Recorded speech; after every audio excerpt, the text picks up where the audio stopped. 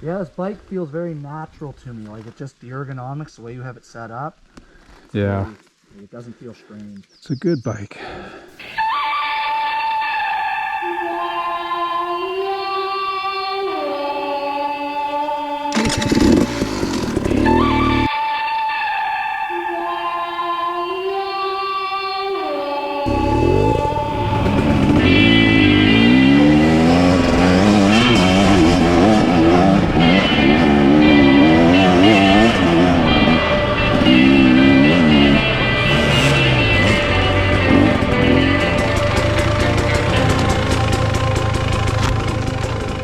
Hey, welcome back. So Lance and I headed back up to Crab Mountain to try and finish off some of this track that was going to be for an upcoming NBDRA hare scramble. Unfortunately, that event got cancelled. Fortunately though, FMSQ is still going to run their event.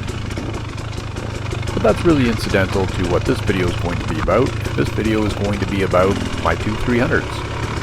Both of these bikes have 6500 inserts from WP Pro line, and other than that, they're largely stock.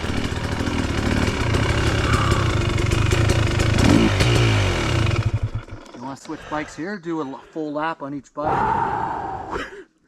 God damn, try it. Alright.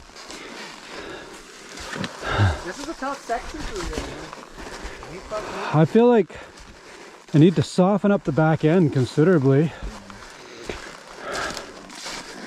Yeah, like this is tough. Once it works in and pushes down after a lap or two, it'll get a bit better, but it's...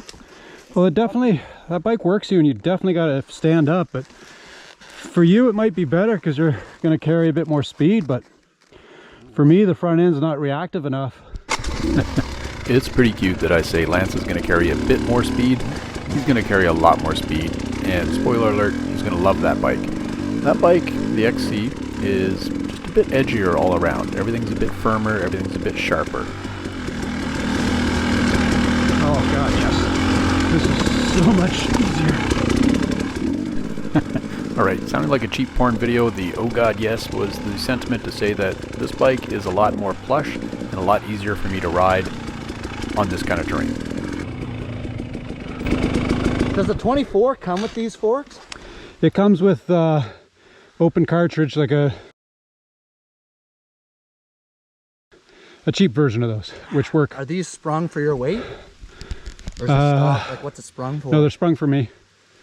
Because I was just wondering if, like, if I did, you know, how much money would I have to spend to make it handle like this?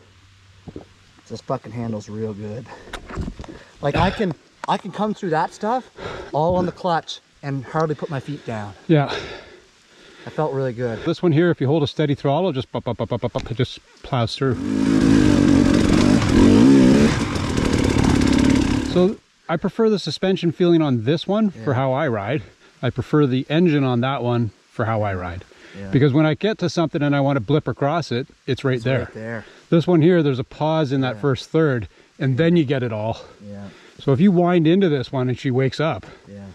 But down low, she's kind of docile. Yeah. A few things on that one, I'll get the ergos kind of set up. But for me, I think really it's the suspensions still feels a bit firm. I really like this clutch, man. Yeah. Because it's so, like, I can have my... She's right on the end. On one finger, and I'm like this, in through that stuff. I'm like, That's what I'm doing the whole time. And it doesn't wear my hand out. It's right on the end, too. Yeah. But this one's a bit deeper in. Nice. All right. Keep going. Okay, so the 24 model year of that bike now comes with an exact fork, which is a closed cartridge system, which mimics and is very close to the 6500 inserts. The difference being is the finish, and some of the valving is quite a bit different. That said, when I said it's a cheaper fork, it's not a bad fork. In fact, the reviews to date have been really good, and my very short ride on a set of those forks that are now on the XCW for the 24 model year was really nice. It's light years better than what the original Explorer fork was on that 19 that I have. We're back to testing the bikes. We both prefer the throttle response on the XC. I prefer the suspension on the XCW right now because it is cushy.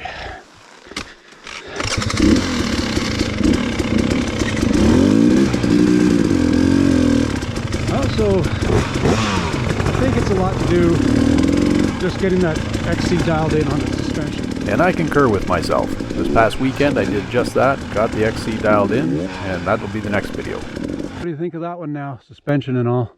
Honestly, man, like it ate everything coming through those flat track turns down there. Yeah, I think you're going fast enough that it's better and for you. And I'm coming just up that power line there, up in the woods before the little single track, before the cornfield trail.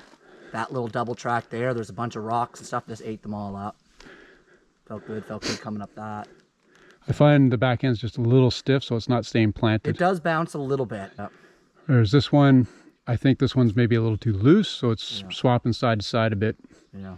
So I just found I started fishtailing coming up the hill, so I had to back off power a bit to regain forward momentum. I just shift my weight back on this, and she'd hook up, and away we go. What I did find is on some of the corners that front end was pushing a bit.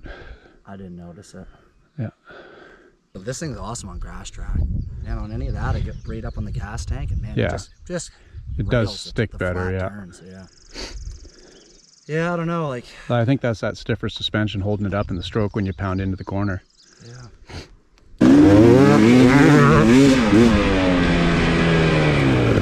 Lance got tired of my face.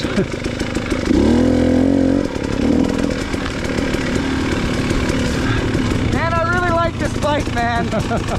Get one. The more you run, fuck, I might. I really like it. Find a 23 and put those forks in. Buddy, you go. To borrow from Leonard Kenny, to be fair, we've been working all morning and I'm a little bit tired, so that XC was kind of beating me up because I was kind of sucking at riding. I wasn't standing up on the pegs enough and I wasn't going fast enough to really get that suspension active. And the XCW was just feeling a little bit more like the armchair for the old guy. That said, the armchair doesn't really give up a whole lot, it just makes power differently. It's a lot more forgiving when you're trying to get over rough terrain, and it'll float through rocks like that, where previously on the XC I'd actually gotten hung up and spun the tire for a while. I feel the tire a little bit, but so far, man, I like the reviness of this one, man. And Lance makes a fair point there. The AT81 is not my favorite tire, and the Michelin Enduro Medium that is on the XCW I do like quite a bit, and it works quite well for this kind of terrain.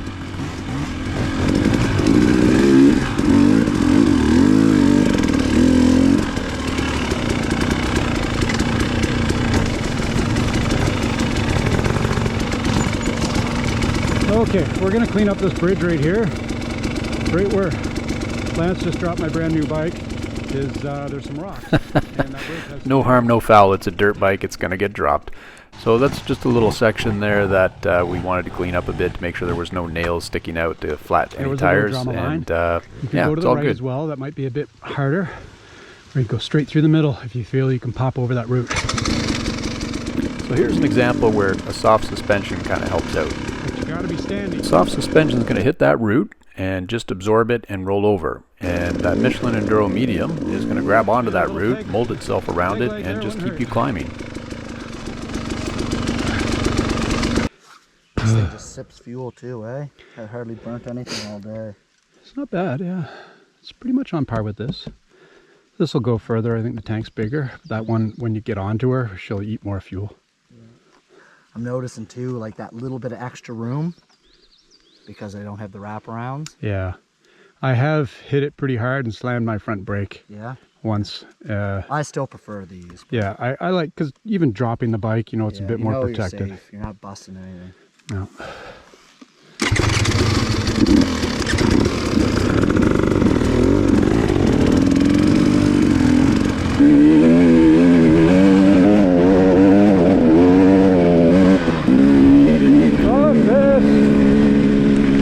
It's bucketing down. Well, that brings us to the end of this video. It wasn't very scientific, certainly wasn't very conclusive. If you're looking for a bike and you're trying to figure out between an XCW and an XC, you can't go wrong on either one. Both of them will do just about everything you ask of it, and neither one of them will make you a better rider. What I will say though is if you like technical terrain and you like exploring longer distances and you ride at night sometimes, it's XCW. If you like motocross and you like to dabble in hare scrambles and stuff like that, go XC. signing off.